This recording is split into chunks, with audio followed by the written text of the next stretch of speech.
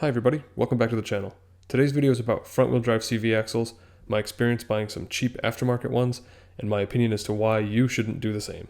When I replaced the CV axles on my Jetta, I actually went with Raxle brand because they're a high-quality aftermarket and I'd read great reviews about them, I've been happy with them, and I read horror stories about using aftermarket axles.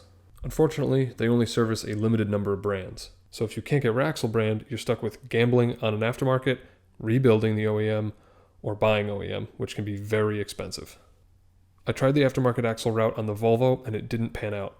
I bought a driver and a passenger from O'Reilly and then an additional driver side from AutoZone, and they all did the same thing. Here's the deal. I'm moving it in and out, this way.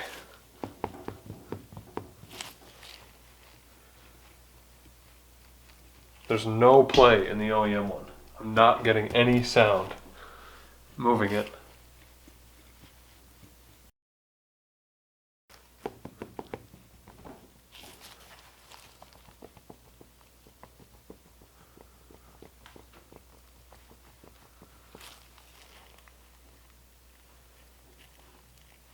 There seems to be a lot of play in this one without even moving it.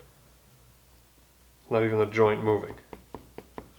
This one, any play that you see is just the joint moving. While the play looks pretty minimal on the bench, when I installed it on the car, it led to a low-speed wobble feeling in the steering wheel, and at highway speeds, it felt like a wheel was out of balance. I tried to capture it here in the video, but it didn't really translate, as you can see. So with all that said, it seems like the best route is to buy high-quality aftermarket or rebuild your OEM axles. If your axle is damaged to the point of not being able to rebuild it, it'd almost be worth buying a junkyard axle that looks solid, no torn boots or anything like that, and then rebuilding it yourself just for peace of mind. Now I know some people are going to say the amount of money you save is worth the work of swapping them out, especially because a lot of them have a warranty, so you can just keep getting new axles every time they fail. And that's valid, but to me, a CV axle is something I want to be one and done with.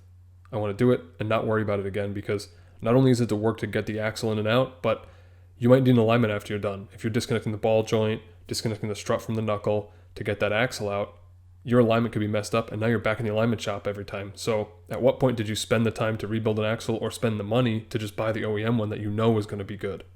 So there you have it, my completely non-professional opinion on CV axles and why I think aftermarkets are a waste of your time, energy, money, everything. It's just a headache that should be avoided. If you have any questions or comments, please leave them below. If you have any questions about diagnosing a CV axle, check out my other video. And if you want to see a video about rebuilding a CV axle, I have one for that too. Thank you for watching, and don't forget to subscribe.